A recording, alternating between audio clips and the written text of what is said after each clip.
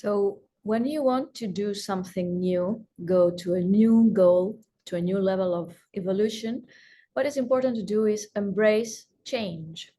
You cannot do something by staying at the same level of comfort zone. You have to get out from your own comfort zone and you have to go further away from it.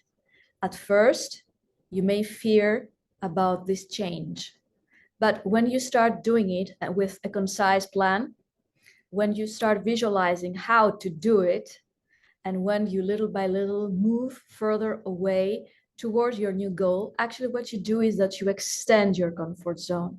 And you also ask for help, ask for a mentor, you have guidance, you always seek for new information in order to go further away from your comfort zone. Without new developments, without going out from the comfort zone, it's not possible to achieve new things.